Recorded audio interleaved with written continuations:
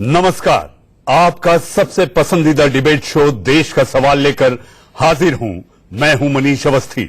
आज के बहस का मुद्दा बेहद गंभीर है, जिसे आमतौर पर हल्के में लेकर टाल दिया जाता है। मगर उससे पहले आज सभी दर्शकों को आपके शो देश के सवाल की गंभीरता बता देना जरूरी भी है।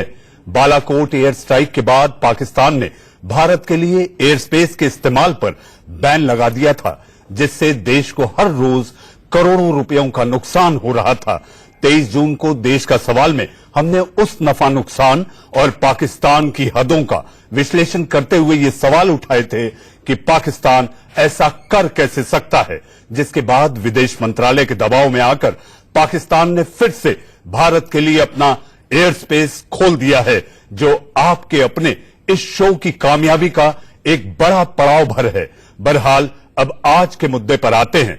आखिर ऐसा क्यों होता है कि हर बार बारिश के बाद देश के कुछ हिस्सों में लोगों की जिंदगी दांव पर लग जाती है। कहीं उफान पर आई नदियां इंसानी बस्तियों को ले जाती हैं, तो कहीं ऊंची ऊंची इमारतें मौत की बिल्डिंग बन जाती हैं और सरकार कुदरत या फिर कुछ कर्मचारियों पर ठीकरा फोड़कर तमाशबीन बन जाती है।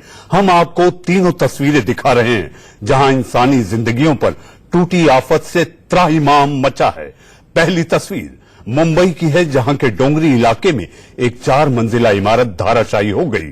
करीब 50 लोग मलबे में दब गए, जिसमें से 5 लोगों की मौत की पुष्टि भी हो चुकी है और 9 लोगों को सुरक्षित निकाल लिया गया है। दूसरी तस्वीर बिहार की है, जहां के 12 जिलों में बाढ़ का कहर टूटा है। 25 लोगों की मौत हो चुकी है और 25 लाख से ज्यादा लोग त्राहिमाम कर रहे हैं। वहीं तीसरी तस्वीर आप देख सकते हैं, यह है असम की, जहां के 33 में से 21 जिलों में बाढ़ से लोग बेहाल हैं। अब तक 6 लोगों की मौत की खबर है और कई जिंदगियां जहां तहां फंसी दिखाई देती हैं। हादसे और त्रासदी की ऐसी तस्वीरें हर साल नई शक्ल में सामने आती हैं और फिर से वही पुराने सवाल जिंदा हो जाते हैं। आखिर कब तक ऐसी बेबसी और मौत के कारण लोग परेशान रहेंगे और बेफिक्र रहेंगी सरकारें? आज इन्हीं सवालों पर बहस होगी, मगर पहले देखते हैं हमारी ये रिपोर्ट।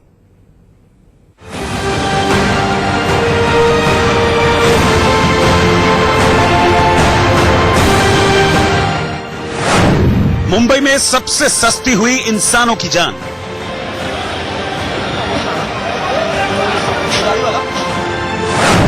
माया नगरी में इमारतें बन रही हैं शमशान।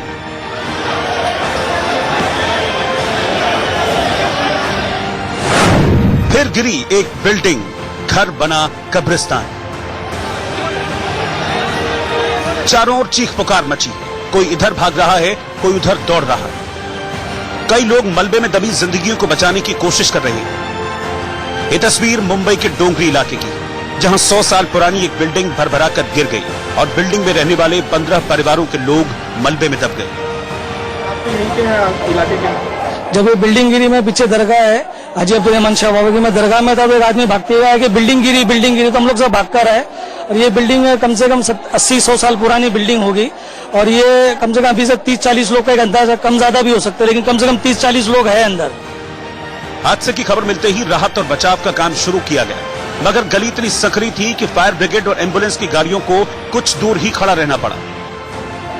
मैं केसरबाग मैंशन के सी विंग एरिया में हूँ, जहाँ पे मैं आपको बता रही हूँ एक टॉप एंगल कि किस तरह से एक रेस्क्यू ऑपरेशन फिलहाल चल रहा है। रेस्क्यू ऑपरेशंस जहाँ पे मुंबई फायर ब्रिगेड की टीम, एनडीआरएफ की टीम और बहुत सारे सिविलियंस जो है जमा हुए हैं, एक दूसरे को हेल्प कर रहे हैं। कहीं पे गोनी, कहीं पे रस्सी, कहीं पे लाइट, कहीं पे वेल्डिंग मशीन से लैडर्स को निकाल रहे हैं, जो सारे आयरन रॉड्स है उसको निकाल रहे हैं और लोग जो दबे हैं अंदर डेब्रीज में उनको बाहर निकालने की कोशिश कर रहे हैं। आप देख रहे हैं कि कैसी सुखड़ी हुई गली है, जिसके बीच में से सारे ऑथोरिटीज और ऑफिसर्स पास हो रहे हैं और उन लोग बहुत ही उन्हें भी बड़ा दिक्कत लग रहा है पास होने में और बहुत ही ज्यादा ट्रबल से माहौल है, पूरा केओटिक माहौल है, जहाँ पे हार्डली कोई रेस्क्यू ऑपरेशन जो है मतलब कर भी रहे हैं तो बड़े दिक्कतों से कर रहे हैं। लोग इस हादसे के लिए सीधे सीधे प्रशासन और जनप्रतिनिधियों को जिम्मेदार ठहरा रहे हैं। खस्ता हालत में थी, मतलब साउथ मुंबई में आप जाएंगे ना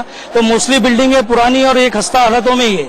अब इसका जिम्मेदार बीएमसी है, म्हाडा है, आमदार है, खासदार है कि नगर सेवक है, ये तो आप ही बता सकते हैं इसके जिम्मेदार। साउथ मुंबई का सर्वे कर लो, आपको मोस्टली बिल्डिंगें ऐसी मिलेगी, आपको पुरानी बिल्डिंगें। अब जरा इस तस्वीर को देखिए, ये हादसे से पहले की उसी बिल्डिंग की तस्वीरें हैं जिसके मलबे से लाशें निकल रही हैं। तस्वीरों में बिल्डिंग पूरी तरह से जर्जर नजर आ रही है, मगर काश कि बीएमसी, म्हाडा और दूसरी एजेंसियों ने अपनी जिम्मेदारी ठीक से निभाई होती तो लोग उसी घर में दफन नहीं होते जिसमें वो सालों से जिंदगी जीते आए थे। हमने इससे पहले राज्यसभा में भी ये सवाल उठाया था कि क्या मुंबईकर की जानों की कोई कीमत नहीं।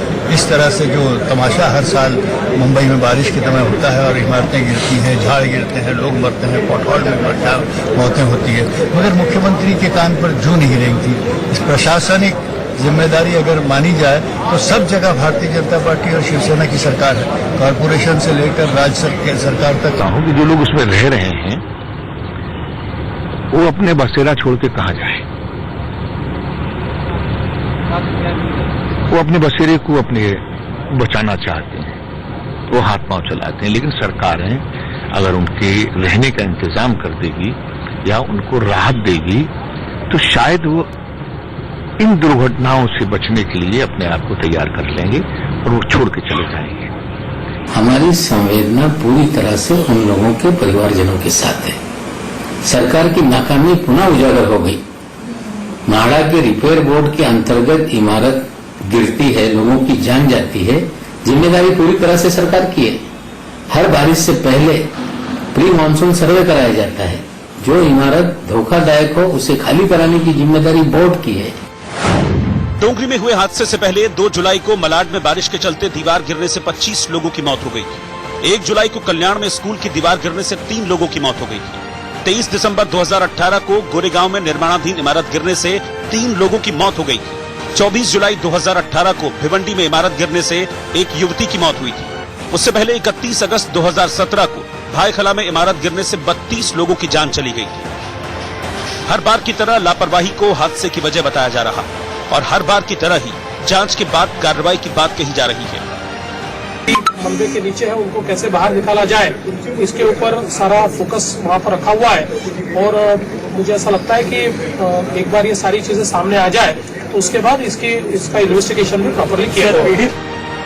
हैरानी की बात यह है कि डोंगरी में धराशायी हुई बिल्डिंग को 2012 में एनओसी दी गई थी और 100 साल पुरानी इस बिल्डिंग का नाम उस लिस्ट में भी नहीं था जिन्हें खतरनाक बिल्डिंगों में शामिल किया गया था। सवाल है कि तब बिल्डिंगों की जांच करने वालों ने क्या जांच की थी और अब क्या जांच होगी। मुंबई से उर्वशी कोना और प्रीति सोमपुरा के साथ Arvind, India news.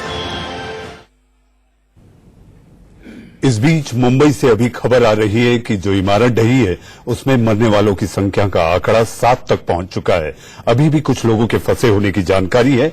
Rescue operation लगातार जारी है, लेकिन इसके साथ साथ कई लोगों को सुरक्षित बचा के निकालना ये एनडीआरएफ और मुंबई के स्थानिक प्रशासन बीएमसी के लोगों की भी बड़ी जिम्मेदारी है और उसी कोशिश में लगातार लोग लगे हुए हैं। लेकिन मौत का आंकड़ा बढ़ रहा है। पहले 5 की खबर थी और अभी जो ताजा जानकारी ये ब्रेकिंग न्यूज आ रही है उसके मुताबिक 7 लोगों की मौत हो गई है। डोंगरी इलाके की घटना, 4 मंजिला इमारत ढहने। ये इमारत ढही थी जिसमें लगातार अलग अलग आंकड़ों को लेकर खबर आ रही थी, लेकिन पुष्ट आंकड़ों के मुताबिक इस हादसे में 7 लोगों की मौत की खबर है। अभी भी मलबे में कई लोगों के दबे होने की आशंका जताई जा रही है। मौके पर राहत और बचाव कार्य युद्ध स्तर पर जारी है।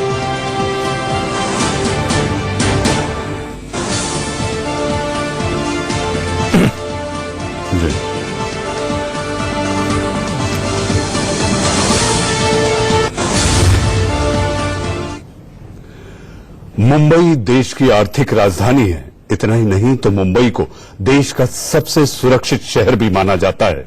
मुंबई का डोंगरी इलाका, जी हां, वो डोंगरी इलाका जो कुख्यात दाऊद इब्राहिम, करीम लाला, हाजी मस्तान, रमा नाइक इनके नाम से जाना जाता था, अब पिछले 5 सालों में ये डोंगरी इलाका मानसून के दौरान जर्जर इमारतों के ढहने और लोगों की मौतों के कारण जाने जाना लगा है। समंदर किनारे बसे इस शहर को मानसून के दौरान समंदर में तब्दील होता देख हम भी परेशान हो जाते हैं और इंसान भी बेबस और लाचार। प्रशासन के पास वही घिसा पिटा रिकॉर्ड और वही जवाब। पिछले 15 दिनों में इसी इलाके में आप समझिए कि 2 दर्जन से ज्यादा मौतें हो गई हैं और वो भी इमारत ढहने से।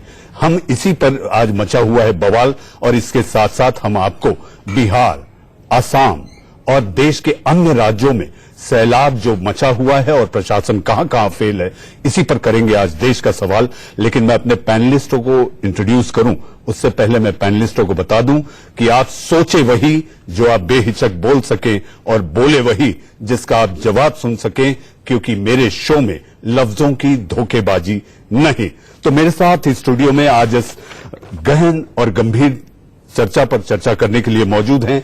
बीजेपी का पक्ष रखेंगे और ये न केवल बीजेपी बल्कि शिवसेना का भी एक तरह से अपरोक्ष रूप से पक्ष रखेंगे, ऐसे विनीत गोयनका स्टूडियो में मौजूद हैं। मेरे साथ स्टूडियो में कृष्ण मित्रो जो कि कंसल्टेंट डिजास्टर मैनेजमेंट हैं वो मौजूद हैं। मेरे साथ अभिषेक यादव राजनीतिक विश्लेषक जो कि बिहार मामलों के खासे जानकार माने जाते हैं वो मौजूद हैं। मेरे साथ विनोद नागर साहब राष्ट्रीय सचिव लोक जनशक्ति पार्टी वो मौजूद हैं। मेरे साथ गोपाल शेट्टी साहब जो कि उत्तर मुंबई से सांसद हैं बीजेपी के, वो भी जुड़ेंगे। लेकिन चर्चा को आगे बढ़ाते हैं। सबसे पहला सवाल, मेरे साथ सीमा मलिक जी भी जुड़ चुकी हैं, डॉक्टर सीमा मलिक जो कि एनसीपी का पक्ष रखेंगी क्योंकि इन्होंने भी कई सालों तक कांग्रेस के साथ मिलकर महाराष्ट्र में सरकार चलाई है। विनीत जी, मौतें कैसे थमेंगी और आखिर इसकी जिम्मेदारी कौन लेगा? रिपेयर बोर्ड है आपके पास, रिपेयर बोर्ड सारी जानकारियां जुटाता है लेकिन वही ढाक के 3 पाग। जो मौत हुई उसके लिए सबको दुख है, मुझे भी बड़ा दुख है। भगवान करे कि उनके परिवारजनों को इतनी शक्ति मिले कि उनकी मौत को वो सामना कर सके और जो जख्मी हुए वो जल्दी ठीक हो, ऐसा मैं भगवान से, ईश्वर से प्रार्थना करता हूँ। मुंबई की एक वस्तुस्थिति है कि कई सारी बिल्डिंगें दशकों पुरानी है, कुछ बिल्डिंगें तो 50 साल की पुरानी है। इनकी जब जांच होती है उनको एक नोटिस दी जाती है, नोटिस की तरफ उनको खाली करने के लिए कहा जाता है। इन कई बार कुछ मजबूरियां होती है। एक मजबूरी ये होती है कि लोग वहीं पे काम करते हैं, पास में स्कूल होते हैं बच्चों की और वो घर खाली नहीं करना चाहते।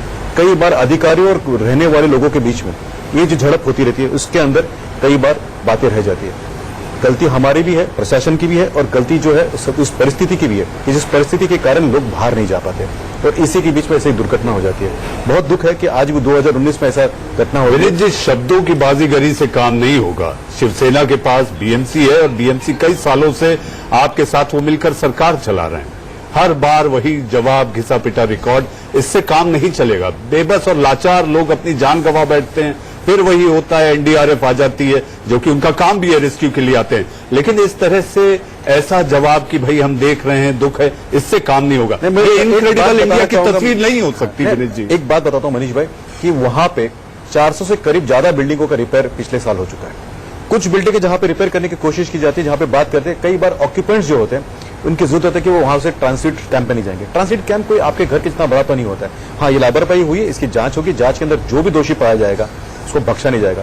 मुख्यमंत्री ने भी जांच कमेटी बिठाई है और कई बार आपने देखा कि अकाउंटेबिलिटी के नीचे उस अधिकारी को, वहां के जो भी जनप्रतिनिधि होगा, उसको बख्शा नहीं जाता। डॉक्टर सीमा मलिक, आपने भी कई बार ये वादा किया था जनता से, खासकर महाराष्ट्र की और देश की जनता से, कि मुंबई को हम शंघाई बनाएंगे।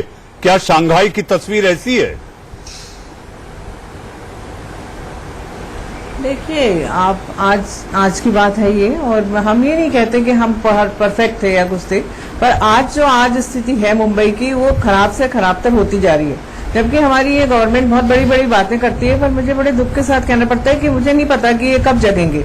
अभी हम थोड़े दिन पहले ही कोई पुल गिर गया था, उसके लिए हम डिबेट पे थे। अभी कोई छोटे छोटे बच्चे मैनहोल्स में जा रहे हैं, उसके लिए हम हैं। तो उसके लिए मतलब कौन रिस्पॉन्सिबल है? मैं तो बिल्कुल क्लियर कट बात ये कहना चाहती हूँ कि गवर्नमेंट एंड द बीएमसी नहीं, लेकिन आप भी तो नैतिक जिम्मेदारी लीजिए डॉक्टर मलिक। डॉक्टर मलिक, आप भी तो मतलब कौन रिस्पॉन्सिबल है? मैं तो बिल्कुल क्लियर कट बात ये कहना चाहती हूँ कि गवर्नमेंट एंड द बीएमसी नहीं, लेकिन आप भी तो नैतिक जिम्मेदारी लीजिए डॉक्टर मलिक। डॉक्टर मलिक, आप भी तो नैतिक जिम्मेदारी लीजिए। आप भी सरकार में रही हैं और लगभग 1 दशक आपने सरकार चलाई है महाराष्ट्र की। नहीं, हम सरकार में नहीं है इस समय नहीं है, लेकिन आप भी तो रहे हैं। तो नेशनली सरकार की जिम्मेवारी ना कि ऑपोजिशन की जिम्मेवारी है। होता तो शायद ये तस्वीर नहीं होती। हाथ से हम नहीं देखिए, बीएमसी के पास ये आपका ये जो बीएमसी के पास कितने सालों से किसके पास है बीएमसी, आप बताइए।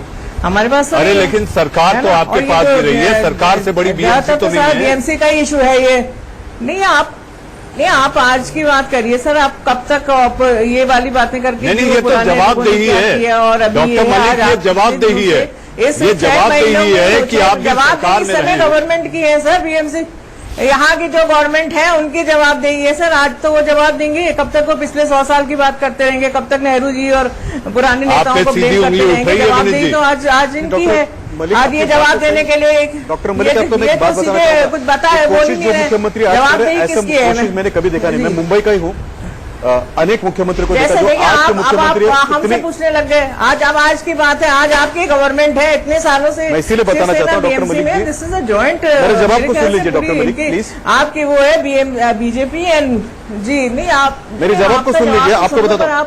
आप हमें ब्लेम कर रहे हैं। सीमा बहन, मुझे 2 मिनट बोलने का मौका दें, मैं आपको जवाब देना चाहता हूँ। हम ब्लेम करें, हम जिस तरह से देवेंद्र फडणवीस जी काम करे, मेरे ख्याल से महाराष्ट्र का कोई भी मुख्यमंत्री भी उस तरह से काम नहीं करता था।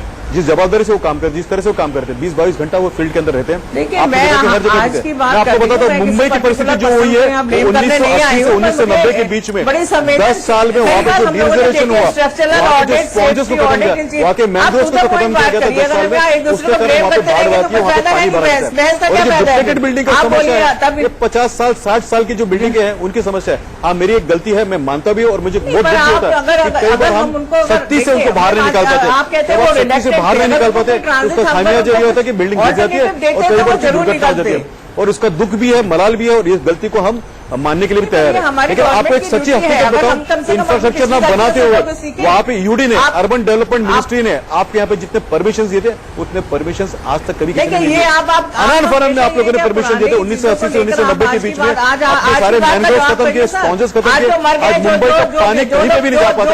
आपको नाम लेके बताता हूँ, कुर्ला कॉम्प्लेक्स में शरद पवार जी का खुद का वहाँ पे क्लब बना था, उसकी क्या तकलीफ हुई थी। आप जाइए चारकोल के अंदर, चारकोल के स्पॉन्जेस मैं आप लोगों के पास आऊंगा जी, मैं आप लोगों के पास आऊंगा डॉक्टर मलिक, मैं आप लोगों के पास आऊंगा क्योंकि आज मुंबई में इमारत गिरना ये बड़ी खबर थी, इसलिए पहले मैंने आप दोनों को मौका दिया। मेरे साथ कंसल्टेंट कृष्ण मित्रो साहब भी हैं जो कि डिजास्टर मैनेजमेंट के एक्सपर्ट माने जाते हैं। मित्रो साहब, हर साल वही ढाक के 3 पात, हर साल वही रिवाइंड, लेकिन सरकार जो है वो जागती नहीं। बहुत दुख की बात है, एक तो ये हादसा हुआ और ऊपर से ब्लेम गेम, या अपने ऊपर से जो ब्लेम आता है उसको झाड़ने की कोशिश की जाती है। हम देखते हैं कि ऐसी डिस्कशंस में पॉलिटिकल ब्लेम गेम ज्यादा खेली जाती है रादर टेक्निकल डिस्कशंस के। ये हादसा हुआ है, बार बार हुआ है और कई बार हुआ है। हमेशा कहा जाता है इंक्वायरी ऑर्डर कर दी गई है, लेकिन इंक्वायरी में क्या हुआ, क्या निकल के आया, ये कभी नहीं पता लगता। कि मेरे को एक बात समझ नहीं आती कि जो एडमिनिस्ट्रेशन में है, या जो पॉलिटिक्स में है, या जो जनप्रतिनिधि हैं, वो आम जनता के साथ मिलजुल के रहते हैं।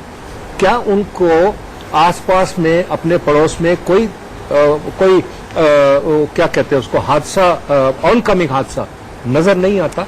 जब ये कोई रिस्पॉन्सिबिलिटी दी जाती है, जैसे बिल्डिंग्स का ऑडिट किया गया है बॉम्बे में 2007 में, उसमें जो बिल्डिंग्स अनसेफ डिक्लेयर की गई थी उनको क्यों ऑक्यूपेंसी दी गई? मैं आपको बताऊं, पिछले 5 सालों में इमारत ढहने से अकेले मुंबई में लगभग 250 से ज्यादा जाने गई हैं। बहुत दुख की बात है। आप देखिए हर मॉनसून में वही हाल।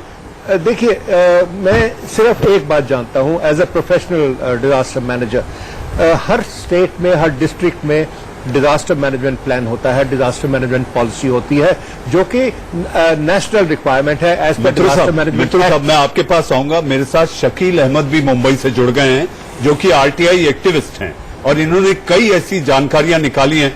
शकील जी, सरकार कितनी जिम्मेदार, सरकार बेफिक्र है ना आरटीआई जानकारी के मुताबिक?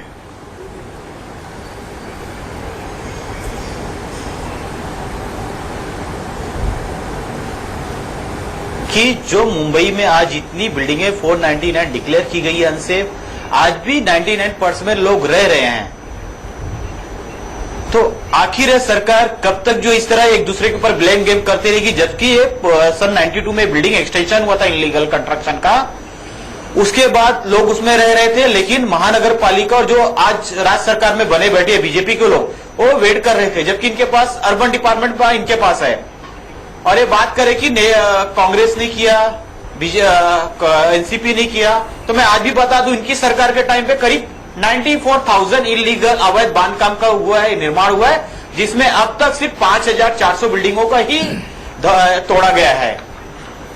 नहीं, लेकिन और आपने इस सिलसिले में मैंने ऑलरेडी पहले एक पत्र लिखा था परवीन परदेसी अर्बन डेवलपमेंट डिपार्टमेंट को कि मुंबई में ऐसी। जी बोलिए, आप बोलिए। जी, तो ये पहले मैंने पत्र लिखा था 2 जुलाई को कि मुंबई में ऐसी 499 इमारतें जो धोखादायक घोषित की गई है, लोग आज उसमें रह रहे हैं, आप इमीडिएटली उनको खाली कराइए। लेकिन अफसोस की बात है कि जो महानगर पालिका आयुक्त है परवीन परदेसी, वो कुंभकर्ण की नींद सोते रहे, आज तक इस पत्र का कोई जवाब नहीं दिया गया, ना तो कोई कार्रवाई की गई। और प्रशासन ऐसा कैसे हो सकता है कि जानकारी मांगी जाती है, जवाब नहीं मिलता? क्या जवाब नहीं है इसलिए जवाब नहीं दिया जा रहा? जिसमें करीब 34 लोगों की मौत हुई। उसके दुख भी होता है कि कई बार प्रशासन जवाब देता है आरटीआई का, लेकिन उसमें कार्रवाई नहीं करती है। शकील जी, मैं आपको इस पैनल के माध्यम से एक बात कहना चाहूंगा कि मुख्यमंत्री ने जो कहा कि आज कमेटी की आज इंक्वायरी बिठाई जाएगी, ये बात भी वहां पे उठेगी, और आप एक कृपा करके एक कॉपी जो है मुख्यमंत्री कार्यालय में भी भेजें। अगर इसके अंदर दोषी पाए गए, अगर मुख्यालय के यहाँ से कोई भी लोग, उनके ऊपर कार्रवाई जरूर होगी। आपने जो जानकारी बताई, अगर ये सच है तो बड़ी दुखदायक है। नहीं विनीत जी, आपको ये नहीं लगता कि रीडेवलपमेंट के जो मामले हैं उस मामलों में बिल्डर की साठगांठ, नेताओं की साठगांठ और उसके साथ साथ जो बीएमसी के कर्मचारी होते हैं, ये साठगांठ आपको नहीं लगता कि ये भी एक बड़ी वजह है कि इस तरह की जो इमारतें जगह आपके चैनल में, मनीष भाई आपके चैनल में झूठ तो नहीं बोलना चाहूंगा, एक बहुत बड़ी समस्या भारत की और विशेष करके बीएमसी की रही है, जो है ट्रांसपेरेंसी की समस्या है कि ट्रांसपेरेंसी वहां नहीं रही। लेकिन गत 5 साल में जिस तरह से ट्रांसपेरेंसी रही है, और एक बात अभी भी शकील जी ने बताई थी कि 9,000 बिल्डिंग अवैध रूप से बनाई गई, उसमें 5,000 के ऊपर तोड़ी गई है। ये जो रेशियो है कि 60% बिल्डिंग तोड़ी गई है आइडेंटिफाई करने के बाद में, मुझे नहीं लगता कि गत कई दशकों में ऐसा हुआ है। लेकिन आप ये मानते हैं कि रिपेयर बोर्ड कमजोर है? ये बात एक बात मैं आपके माध्यम से लोगों के सामने भी रखना चाहूंगा कि कई बार क्या होता है, शकील जी बनाई गई है। एक मिनट शकील जी, मेरी बात भी सुन लीजिए। ये बात सच है कि नोटिस दी जानी जाती है, नोटिस देने के बाद में कौन लोग रहते हैं ऐसी जगह पे? मनीष जी, बहुत बार ऐसा होता है कि आर्थिक परिस्थिति जिनकी गंभीर होती है, बहुत कम होती है, वही लोग रहते हैं, उनको ट्रांजिट कैंप दिया जाता है। लेकिन जान है तो जहान है विनीत जी, पूरी बात करिए, मैं बता दूं आपको, कई बार क्या होता है कि उनकी नौकरी आसपास में नहीं होती, उनके स्कूल पास में होते, उनके ऊपर जब सरकार दबाव बनाती है, बीएमसी दबाव बनाती है कि आप वहां चले जाइए, तब भी कई बार इकोनॉमिकल कंपल्शन होते हैं, और उस इकोनॉमिकल कंपल्शन के कारण आप निर्णय नहीं ले सकते। विनीत जी, मुझे इसका दुख भी है, मलाल भी है, और यहाँ से मैं आपके पास आऊंगा क्योंकि हमें देश के अन्य हिस्सों में भी जाना है, अन्य राज्यों में भी जाना है। अब वक्त हो चला एक छोटे से ब्रेक का। देश का सवाल में ये गंभीर चर्चा लगातार जारी है। बाद आपका फिर देश का सवाल में स्वागत है। पृथ्वी में प्रकृति की कोई न कोई घटना लगातार होती रहती है, लेकिन इनमें से कोई अगर बड़ा रूप ले ले तो वो विनाश का रूप हो जाता है, और इन्हीं में से बाढ़ एक रूप होता है। देश का सवाल में हम इसी पर बात और बहस कर रहे हैं कि आखिर कब तक बदइंतजामी और लापरवाही की मौत मरते रहेंगे आम लोग, कब तक बेबसी की मौत मरते रहेंगे लोग, और बेफिक्र रहेंगी सरकारें। बहस को आगे बढ़ाएं उससे पहले देखते हैं हमारी ये रिपोर्ट।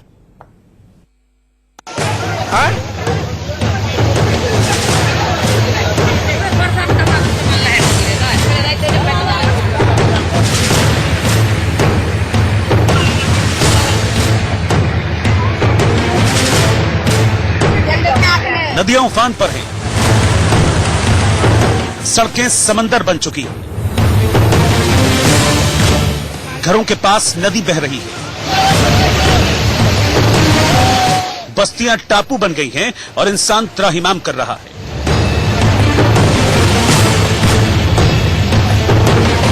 हफ्ते भर से असम और बिहार के कई इलाकों में जल प्रलय जैसे हालात हैं। इंसान पानी के कहर के आगे बेबस है, जिंदगी बन गई है और इंसान त्राहिमाम कर रहा है।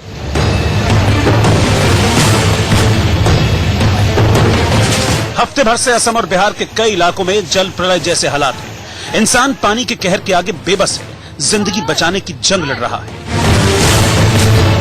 बिहार के कटिहार जिले के कदवा गांव की तस्वीरें देखिए। महानंदा और सहायक नदियों में आई बाढ़ से लोगों के घर पानी में डूब गए। और जान बचाने के लिए लोग सड़क किनारे बने तंबू में रह रहे हैं, जहां इन लोगों तक कोई सरकारी मदद भी नहीं पहुंची है। सब लोग का यही खाते हैं, सब घर का। अच्छा, सरकार का कोई व्यवस्था ना? कोई व्यवस्था नहीं है। घर और क्या हुआ? घर में पानी घुस। मूसा मरने के लिए आया। किसके साथ? दादा के साथ। अच्छा, घर में भोजन का दूसरा नहीं मिलता है। कैसे होगा भोजन का व्यवस्था? सरकार भी नहीं दिया है कैसे। तो चीफ मिनिस्टर के लेवल पे नहीं, जिला पदाधिकारी के लेवल पे जो चीजें होनी चाहिए थी वो नहीं हो पा रही, इसीलिए हमने तंग आकर के मुख्यमंत्री को आज ही अभी चिट्ठी मेल किया। दरभंगा में कमला नदी उफान पर है, जिसकी वजह से घरों में पानी भर चुका है। इंसान और मवेशियों की जान पर खतरा मंडरा रहा। बिहार का शोक कही जाने वाली कोसी नदी भी कहर बनकर टूटी है। ये तस्वीरें फारबिसगंज इलाके की है, जहां बाढ़ के कहर से एक दुल्हन की विदाई कुछ ऐसे हुई। पहले ड्रमों को जोड़कर नाव बनाई गई, दूल्हा दुल्हन के बैठने के लिए बांस बल्लियों का इंतजाम किया गया, ऊपर से रंगीन चादर बिछाई गई, जिस पर बैठकर हुई दुल्हन की विदाई। ऐसी तस्वीरें बाढ़ के आगे इंसानों की बेबसी की कहानी बयां कर रही हैं, जिसे लेकर विपक्ष ने विधानसभा में हंगामा किया तो मुख्यमंत्री नीतीश कुमार जवाब देने सामने आए। पूर्णिया कुल 12 जिलों के 78 प्रखंडों में 555 पंचायतों की 25,71,600 जनसंख्या बाढ़ से प्रभावित है। प्राप्त सूचना अनुसार बाढ़ से अब तक 25 लोगों की मृत्यु हुई है। कुल 199 राहत शिविर खोले गए हैं, जिसमें 1,16,653 लोग रह रहे हैं। इसके अलावे 676 सामुदायिक रसोई घरों की व्यवस्था की गई है। जरूरत पड़ने पर और भी राहत शिविर और सामुदायिक रसोई घर की व्यवस्था करने का निर्देश दिया गया है। सरकार की जबान से एक कबूलनामा आ रहा है कि बाढ़ से अब तक 25 लोगों की मौत हो गई है, 25 लाख से ज्यादा लोग प्रभावित हैं। उधर सवाल ये उठ रहे हैं कि फिर अब तक राहत शिविरों की तादाद महज 200 ही क्यों है। उधर असम का हाल तो और बुरा है। ब्रह्मपुत्र समेत सभी बड़ी नदियां उफान पर हैं। सूबे के 33 में से 21 जिले जलमग्न हो चुके हैं। 8 लाख से ज्यादा लोग बाढ़ के कहर से जूझ रहे हैं। अब तक करीब 10 लोगों की मौत की खबर है।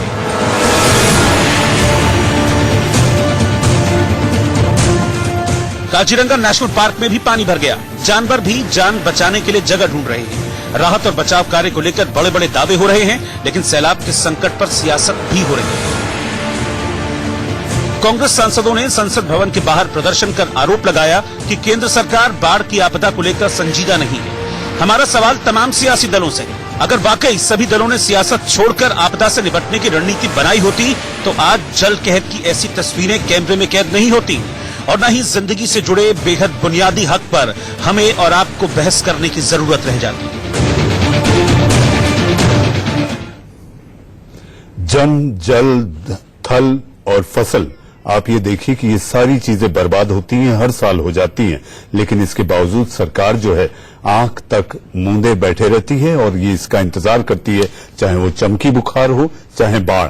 बिहार में हालात कमोवेश ऐसे ही होते हैं, बिहार हो, आसाम हो। तो मैं ये मेरे साथ जो पैनलिस्ट जुड़े हुए हैं, अभिषेक यादव, इनसे शुरू करता हूं, फिर विनोद नागर जी के पास चलूंगा और हमारे साथ दूसरे जुड़े पैनलिस्ट भी मौजूद रहेंगे और चर्चा को आगे बढ़ाते हैं। अभिषेक जी, कैसे चलेगा बिहार? देखिए सर, मनीष जी, मैं बताना चाह रहा हूँ, ये हर साल इस तरह का बाढ़ आ रहा है और मरता कौन है? सबसे गरीब आदमी, जो बेचारे निचले इलाके में रहते हैं, दियारा क्षेत्र में रहते हैं और बेहद गरीब है, किसान है, मजबूर है, मजदूर है। ये सुशासन बाबू का प्रशासन आपको काम करता दिखाई देता है? कोई काम नहीं, सिर्फ वही तीन के घास पात। अभी मैं सुन रहा था 25,672 आदमी इससे प्रभावित है। मुख्यमंत्री जी खुद बता रहे हैं इसमें सिर्फ 99 शिविर बता रहे हैं। बताइए 25 लाख का ये इस 50 लाख भी हो सकता है और ये सिर्फ 99 शिविर, 600 रसोई भाई 25 लाख या 50 लाख पे क्या होगा? कुछ नहीं होगा। अब ये साल दर साल हो रहा है। आप नेपाल से बात नहीं कर पाते हैं या ठीक से वहाँ पे अपना जो है संसाधन, इनका बांध घोटाला, रोज कुछ न कुछ जो बिचौलिए हैं, नेता है, बीच में ये बांध के नाम पे, बाढ़ के नाम पे सारा बीच में खा जाते हैं।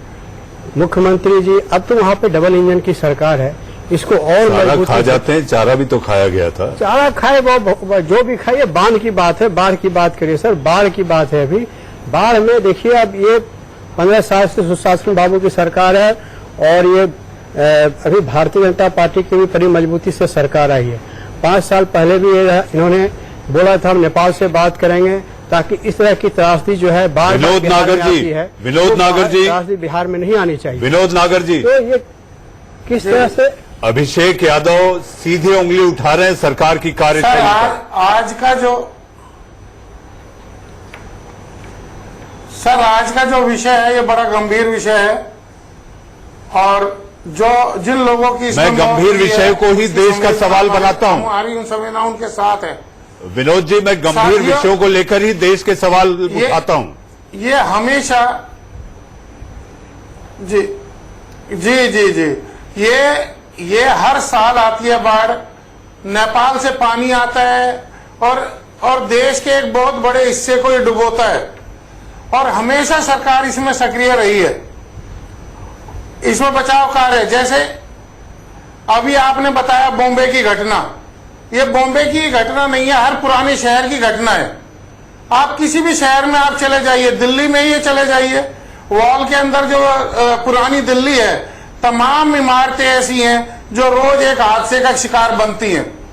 इसकी एक जवाबदेही सुनिश्चित होनी चाहिए प्रशासन के साथ में, किसी न किसी की जवाबदेही होनी चाहिए कि उसको पहले से पहले इसको दुरुस्त किया जाए। तो मेरा आपसे आग्रह है, सरकार से भी आग्रह है, इसकी जवाबदेही सुनिश्चित करें। सरकार में तो आपकी पार्टी भी है, ये एक शहर की समस्या नहीं पार्टी भी है विनोद जी, देश के पुराने शहरों की समस्या है। अभी तक माननीय रामविलास पासवान जी एक ट्वीट तक नहीं किए हैं। बाढ़ में इतने लोगों की मृत्यु हो चुकी है, इतने लोग प्रभावित जी, आप पार्टी के महासचिव हैं। पार्टी के महासचिव है, आपको जिम्मेदारी लेनी पड़ेगी और आपके जो राष्ट्रीय अध्यक्ष है माननीय रामविलास पासवान जी, उन्होंने एक ट्वीट तक नहीं किया है अभी तक। लेकिन ट्वीट करने से समस्या का हल नहीं होगा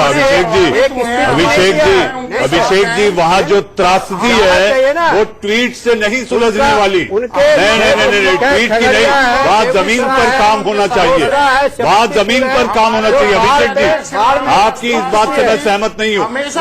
ट्वीट करने से आपको लगता है कि वहाँ पर हालात सुधरेंगे, ऐसा नहीं हो सकता। कृष्ण मित्रों साहब, मैं बहुत पॉलिटिकल बातें सुन ली, उसने ट्वीट नहीं किया, उसने ट्वीट नहीं किया। लेकिन क्या होगा मित्रों साहब, मेरी बात सुनिए। हमेशा रात का आज सुनिए, हमारे राष्ट्रीय अध्यक्ष। हाँ ठीक है, आप ठीक बोल रहे हैं, लेकिन सुनिए, सक्रिय रहे हैं। आप सुनिए, बाढ़ क्यों आती है? क्योंकि जो बारिश का पानी आता है वो नदियों में पूरी तरह से नहीं जा पाता। उसकी 2 वजह हैं। एक तो आपके जो नाले हैं वो चोक्ड हैं। वो चौक किससे हैं? पोल्यूशन से। आपने कभी कचरा ठिकाने से डिस्पोज ऑफ नहीं किया, वो बह के नालों में चला जाता है और नदियों में चला जाता है। उससे नदियों का स्तर ऊंचा हो जाता है और जो पानी नदी में जाना चाहिए वो नदी में न जाके, क्योंकि नदी की गहराई कम हो गई है, इसलिए वो खेतों में या शहरों में फैल जाता है। आपने दिल्ली का एग्जाम्पल दिया, बंबई का एग्जाम्पल दिया। आप मेरे को ये बताएं कि जो रेन वाटर ड्रेन्स हैं उनको कितनी बार खाली किया जाता है साल में? वो नहीं होता। मानसून के 1 महीना पहले हमें याद आता है कि मानसून आने वाली है। देखिए, आज सुनिए मेरी बात, अरे सुनिए मेरी बात, आप सुनिए मेरी बात।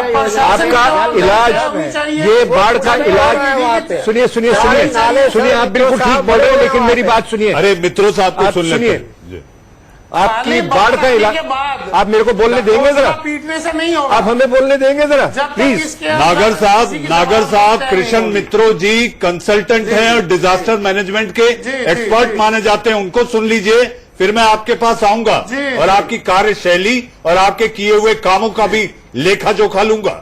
जहां तक देश भर में बाढ़ का सवाल है, आज देश भर में यह देखा गया है कि हर एक नदी की जो गहराई है वो कम हो गई है, क्योंकि उसमें मलबा आ गया है, बह के मिट्टी आ गई है। और उसका इलाज सिर्फ यही है कि हमारे को अपने नाले साफ करने चाहिए, टाइम से साफ करने चाहिए, और नदियों में ड्रजिंग करनी चाहिए। जो मिट्टी जमा हो गई है, जो मलबा जमा हो गया है नदियों में, उनको हटाना चाहिए ताकि नदियों की गहराई बढ़ सके। जो पानी शहर में आ जाता है वो नदियों में जा सके। ये 1 महीने का काम नहीं है, मानसून से 1 महीने पहले जाने का काम नहीं है। आपको लगता है मित्रों साहब, कई सरकारें इसी बात को लेकर विफल हैं और यही वजह है कि हर बार वही ढाक के तीन पात, हर बार स्थिति घूम के वही आ जाती है, चाहे वो चमकी बुखार हो, ये जानते हुए कि ऐसी बातें होनी है, ये जानते हुए कि बाढ़ का ये सिलसिला होगा। ठीक है, ये प्राकृतिक आपदा का विनाशकारी रूप हो सकता है, ये मैनमेड विनाशक हो सकता है, ये लेकिन इसके मायने नहीं कि इसे रोके नहीं जा सकते। मित्रों, मैं ये कहूंगा कि ये मैनमेड डिजास्टर्स हैं, क्योंकि जो काम करना चाहिए सरकारों को वो नहीं होते हैं। विनीत जी, आपकी सरकारें नहीं कर पा रही हैं, इवन जहां आपका गठबंधन है वो भी नहीं कर पा रही। मैं बताऊं कि एक तो प्रकृति का कहर जो है साथ में, लेकिन आपको दो उदाहरण में दूंगा जिसमें पता चलेगा कि कैसे मनुष्य ने इसको कम किया है। गुजरात और आप विनोद जी, आ रहा हूं आपके पास। विनोद जी 2 मिनट, मैं 1-2 सेकंड आ लूंगा। तो वहां पे जियो स्पेशल टेक्नोलॉजी, जिसको 5G टेक्नोलॉजी भी कहा जाता है, उपग्रह की मदद से फोरकास्ट किया गया था कि भाई गुजरात में, ओडिशा में ये होने वाला है। लोगों को बताया गया ताकि उसके कारण इवेकेशन हुआ, लोगों को वहां से बाहर निकाला गया था। और हमने देखा कि कम से कम जान माल की तो जो नुकसान हो तो कम हुआ था। हाँ, वहां पे बाढ़ आया, वहां पे जो जमीन होगी उसके नुकसान हुआ है, वहां के स्ट्रक्चर्स का नुकसान हुआ, लेकिन जान नहीं गई थी। अब इसमें आपको एक बात समझनी पड़ेगी, पानी जो आता है वो नेपाल से आता है। प्रकृति का अगर पानी आएगा तो उपग्रह पकड़ सकता है, लेकिन अगर नेपाल उस पानी को छोड़ता है तो कई बार कोऑर्डिनेशन की डिफिकल्टीज वहां पे होती है। यहाँ पे इसीलिए मेरे ख्याल से मोदी जी ने ध्यान देते हुए जल शक्ति मंत्रालय के लिए रोकूंगा, एक सेकंड के लिए। हमारे सहयोगी बिहार में जो शिव पूजन जहां है, उनकी एक रिपोर्ट है, ग्राउंड रिपोर्ट पर क्या हालत है, दर्शक भी देखें और आप लोग जो तमाम दलीलें दे रहे हैं और दर्शक फैसला करें कि आपकी दलीलों में कितना दम है। इस वक्त हम सुंदरपुर गांव में हैं और मैं सड़क पे खड़ा हूं। आप अनुमान लगाइए कि सड़क पर ये तकरीबन 3-3.5 फीट का पानी। लोग कैसे इस गांव से बाहर जाएंगे? कोई बीमार पड़ जाए इस गांव में तो गांव से उस बीमार को इलाज के लिए आखिर कैसे लेकर के बाहर जाएंगे? ये स्थिति पिछले 4 दिन से ऐसी ही बनी हुई है, बल्कि पानी कुछ घटा है। लेकिन नेपाल में लगातार चूंकि बारिश हो रही है तो लोगों को अंदेशा है कि शायद खतरा अभी टला नहीं, खतरा बढ़ भी सकता है। ये इतना पानी में कैसे ये करते हैं? आप देख रहे हैं कि आप तैर करके उधर से इधर आ रहे हैं, कैसे रह रहे हैं? सुखला पर रह रहे हैं, जो थोड़ी सी सूखी जमीन है उसी पे आप रह रहे हैं। हाँ, जो है वही सुखले पर। घर में खाने पीने के लिए क्या है? कुछ है बचा हुआ है? कुछ नहीं बचा है, कुछ नहीं बचा, कुछ नहीं बचा है, कुछ नहीं। सरकार की तरफ से कहीं कोई मदद वगैरह? अभी कुछ नहीं मदद हुआ है सरकार की तरफ से कुछ। अच्छा, आपका मतलब क्या क्या नुकसान हो गया? ये तो देख रहा हूँ कि बाढ़ तो बहुत भीषण है। जी जी, वो सुंदरपुर पश्चिमी वार्ड नंबर 1 में चारों तरफ से पानी घिरा हुआ है। सरकार की तरफ से अभी कोई संसाधन नहीं पहुंचा है। और कितने माल मवेशी, खाना कैसे खाते हैं? घर पे खाना कैसे बन रहा है? खाना किसी तरह अपना भूजा तूजा किसी तरह भूज भाज करके थोड़ा बहुत बचा करके अपना खा रहे हैं पंथ के जैसे। और मवेशी को और मवेशी को भी ऐसी ही भूखा पड़ा हुआ है। कितने पोरा भूसा दह गया। ये कौन सी नदी है? ये नदी लखनदेई है। लखनदेई के नेपाल से ही आ रही है ये नदी। जी जी। आप कल्पना कीजिए कि नेपाल से आने वाली छोटी बड़ी जितनी भी नदियां हैं, सबकी कमोबेश ऐसी ही स्थिति है। सब में पानी जो है इस कदर डेंजर लेवल से ऊपर बढ़ रहा है कि सैकड़ों गांव पानी की चपेट में पूरी तरह से जो है घिर चुके हैं। लोगों को काफी मशक्कत करनी पड़ रही है। किसी तरह से लोग इन गांवों में जिंदा हैं, लेकिन जो तमाम दावे किए जा रहे हैं प्रशासन की तरफ से, बिहार सरकार की तरफ से, उन दावों की पोल खोल रहे हैं ये तमाम लोग। सुरसंड से कैमरामैन निरंजन के साथ मैं शिवपूजन झा, इंडिया न्यूज के लिए।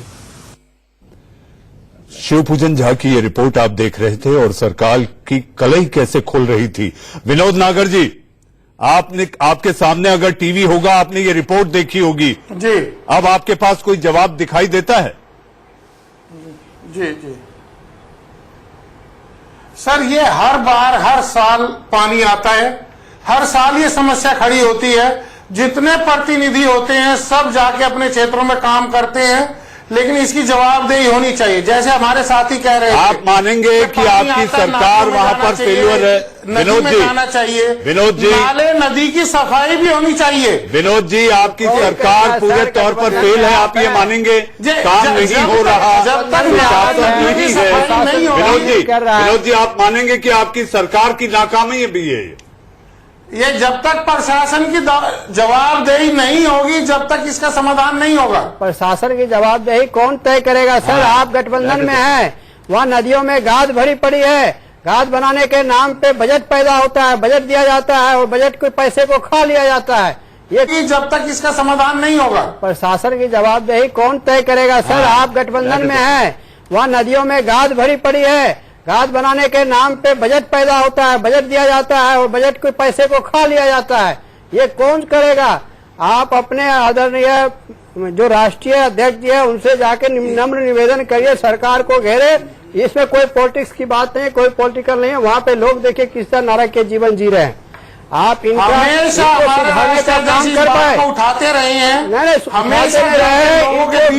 देखिए इस समस्या से जूझ रहे हैं। जितने 7 सांसद आपके हैं, 16-17 नीतीश कुमार जी के हैं, बाकी बीजेपी के सांसद हैं, उनको इस पानी में जाके खड़ा करिए। बोलिए भाई ये अब पानी में 3.5 फुट जो अभी शिव पूजन झा जी खड़ा होकर दिखा रहे थे, आप भी देखे होंगे, उनको सांसद महोदय को जाके खड़ा करिए बिहार में। नहीं ठीक है अभिषेक जी, कुल मिला के आप दोनों की बातचीत में जो लबुलवाब सामने आ रहा है उसके मुताबिक मुझे जवाब मिलता नहीं दिख रहा। नागर जी ये मानने को तैयार नहीं, वो कह रहे हैं कि इस तरह से होता है। आप ये मानिए कि सुशासन वहां पर फेल है। फेल क्या, पूरी तरह फेल है। विनीत जी आप भी गठबंधन में, आपकी भी जवाबदेही बनती है। तीन अलग गवर्नमेंट बाढ़ के नाम पे, सुधार के नाम पे बजट पैदा किया जाता है और मंत्रालय बना रखा है, बांध बनाने दिया जाता है। मुझे लगता है एक जरूरी बात मैं करना चाहूंगा। मुझे रोज घोटाले हो रहे हैं उस सरकार में, वहाँ की गरीब जनता मर रही है। विनीत जी, जल शक्ति मंत्रालय का गठन अभी हुआ है, उसके अंदर 3 काम है, या खास करके बिहार और असम में जो घटना है उसके अंदर सैटेलाइट्स के द्वारा, उपग्रह के द्वारा केवल जो फोरकास्ट वो नहीं कर सकते। उपग्रह के द्वारा हमें जानकारी मिल जाती है कि मानसून कैसा रहेगा, लेकिन वही बारिश कैसी होगी। यहाँ पे हमारे पास कोई ऐसी तैयारी, प्रबंधन, नियोजन बिल्कुल शून्य दिखाई दे। बिहार में और असम में एक और परिस्थिति है कि जो उपग्रह बता नहीं सकता, वो ये है कि नेपाल या चाइना कब पानी खोलेगा। तो कई बार क्या होता है, ये इंटरनेशनल जियो पॉलिटिक्स है या जियो डिप्लोमेसी जहां पे हम फेल होते हैं, ये जवाबदारी हमारी है, केंद्र सरकार करके बात चालू है। मुझे लगता है नेपाल में भी बात करनी पड़ेगी कि पानी किस तरह से छोड़े, वहां पे बार्जेस बनाने चाहिए, कि वहां पे ब्रिज बनाने चाहिए। आपको लगता है नेपाल सुनेगा? भारत आपको सुनेगा। मुझे लगता है कि गजेंद्र शेखावत जी जो नए मंत्री हैं बहुत ही अच्छी मेहनत कर रहे हैं, कोशिश कर रहे हैं, और वो भी कोशिश, उनको भी आपदा का तो सुबह शायद हो सकता है उनके पास फंड्स ही होंगे, तो फंड्स के लिए भारत प्रोवाइड करे या नेपाल प्रोवाइड करे तो चर्चा से निकलेगा, लेकिन इसका जानकारी भी है, दुख भी है और उसके ऊपर काम भी हो रहा है। कृष्ण मित्र जी, मेरे को ये बात समझ नहीं आती कि हम दूसरों पे क्यों डिपेंड करते हैं कि नेपाल ऐसा करेगा, चाइना ऐसा करेगा। अरे हम क्या कर रहे हैं ये आप ये बताइए। मैंने आपको एक सिंपल हल बताया है कि नदी नाले आप साफ करें ताकि पानी तरीके से बह सके, और जो बारिश का पानी है उसको प्रॉपर स्टोरेज की जाए ताकि ग्राउंड वाटर चार्जिंग हो, और गर्मी के टाइम पे, सूखे के टाइम पे वो पानी इस्तेमाल हो सके। हमारे देश में न तो कोई ये रेन वाटर स्टोरेज का, रेन वाटर हार्वेस्टिंग का, ग्राउंड रिचार्जिंग का इतने साल से मुहिम चल रही है, लेकिन कुछ खास हल नहीं निकला। ये क्यों नहीं? मैं तो सिर्फ आपके माध्यम से मैं सिर्फ इतना रिक्वेस्ट करूंगा सरकार को कि जिस तरह से शौचालय का आपने मुहिम चालू करी थी, उसी तरह से डिजास्टर मैनेजमेंट की मुहिम भी चालू होनी चाहिए। जी, जल संरक्षण को लेकर एक अभियान शुरू भी हुआ है और आईटीवी नेटवर्क भी उसमें अपना हाथ बढ़ाते हुए इस अभियान को आगे बढ़ाने और मजबूती देने का काम भी कर रहा है। अब मैं अपने बहस के और चर्चा के आखिरी पड़ाव में आ गया हूं। हर एक को 30-30, 40-40 सेकंड है और बोलना यह है कि क्या आपने जो बातें की उसमें ईमानदारी थी और सरकार को लेकर जो काम किया जाना चाहिए था वो सरकार ने किया या नहीं। 2022 में क्या 21वीं सदी का भारत, ये न्यू इंडिया की तस्वीर है विनीत जी? मुंबई हो चाहे मैं पूरे देश की बात कर रहा हूं। इस चैनल पे और करीब करीब मुझे लगता है कि कुछ जवाबदारी से हमने मुकरना नहीं चाहिए, फिर उसमें जो है बात सच्चाई की नहीं रहेगी। इन 2 बातें हैं, एक अर्थ कितना फंड्स होता है सरकार के पास, और 2 करने की नीयत। करने की नीयत पूरी है, कई बार फंड्स के कारण शॉर्टेज पड़ जाते हैं, लेकिन मेरा एक मानना है कि जिस ईमानदारी से मोदी जी काम करे, जिस ईमानदारी से वहां के मुख्यमंत्री काम करे, उतनी ईमानदारी से मैंने कभी पहले किसी प्रधानमंत्री को या किसी मुख्यमंत्री को काम करते हुए नहीं देखा है। मेरा मानना है कि अगले 3 साल में आप देखिए जल शक्ति विभाग जो बना है, विभाग बड़े ईमानदारी से काम करेगा। मुझे डिबेट खत्म करनी है। मित्रों साहब, आखिरी 20 सेकंड। मैं सिर्फ ये कहूंगा कि जितने भी सरकारी अधिकारी हैं वो और पॉलिटिशियंस जितने भी हैं, सब अपने सुचारू रूप से काम करें, और अगर आप बाढ़ का सिर्फ इशू लेते हैं तो नदी नालों को आप साफ करें। अभिषेक यादव, ये जो फंड बनाए जाते हैं बिहार सरकार के द्वारा, इसमें जनता के राय को भी शामिल किया जाए। कहाँ कहाँ जल को रोकने की समस्या जो है उसको ज्यादा है, जैसे कोसी है, मैं कुछ आप ये मानते हैं ना सरकार फेल्यूर है? हाँ बिल्कुल फेलियर है जी, बिल्कुल फेलियर है। विनोद नागर जी, आखिरी 20 सेकेंड। इसके अंदर जैसे पड़ोसी देश से पानी आ रहा है, नेपाल से, उससे भी बात करनी चाहिए और अपने प्रशासन और जनप्रतिनिधियों को जागरूक होना चाहिए इसके प्रति और कोशिश करनी चाहिए कि आने वाले समय में ये डॉक्टर मलिक जी मैं तो यही कहना चाहूंगी कि this is a complete failure of the government, whether it is at the state level या सेंटर पे है। और ये खाली मतलब जुमलों से कुछ नहीं होता, कुछ काम आपको प्रचंड बहुमत मिला है आपकी सरकार को, आपको कुछ काम करके दिखाना चाहिए। जिस तरह से जो मुंबई का हालत है या बिहार की हालत है, कोई इंफ्रास्ट्रक्चर नहीं है और बजट में नहीं मानती कि बजट नहीं है, काफी बड़े बड़े बजट है इन चीजों के, पर कुछ काम कुछ हुआ नहीं है। तो ये मतलब और हम लोग ठीक है, हम लोग को सजेस्ट कर सकते हैं, बट इसके लिए they should have technical experts, अच्छे लोगों को हायर करना चाहिए और ये जो वाटर हार्वेस्टिंग है या जो समस्याएं हैं इनके लिए कुछ करना चाहिए। खाली we are nobody to suggest ये होना चाहिए और बाकी डॉक्टर मलिक जी नहीं सर, कहीं बूंद बूंद को तरसती सरजमीं। नागर साहब हो गया, नागर साहब अब मैं अपनी चर्चा का सार कह रहा हूं। कहीं बूंद बूंद को तरसती सरजमी तो कहीं घर घर जल प्रलय का कहर। ऐ मालिक तू कौन से तराजू से तौलता है, कैसा ये तेरा न्याय। कई सरकारें आईं और चली गईं, उम्मीदें बंधी और टूट गईं, नेताओं के घोषणाओं के आश्वासन भी बहते पानी में बह गए। अरे बेबस इंसान आखिर जाए तो जाए कहां। नेताजी अगर आप लोग ये सुन रहे, देख रहे थे आम आदमी की बेबसी और लाचारी, तो आपको शायद सिहरन हो जाती। जी हां, देश के सवाल में आज इतना ही। खबरों के सिलसिले को आगे बढ़ाएंगे मेरे सहयोगी रोहित पुनेठा। आंख कान खोल के आप लोग इस बहस में शामिल हुए, आपका बहुत बहुत धन्यवाद।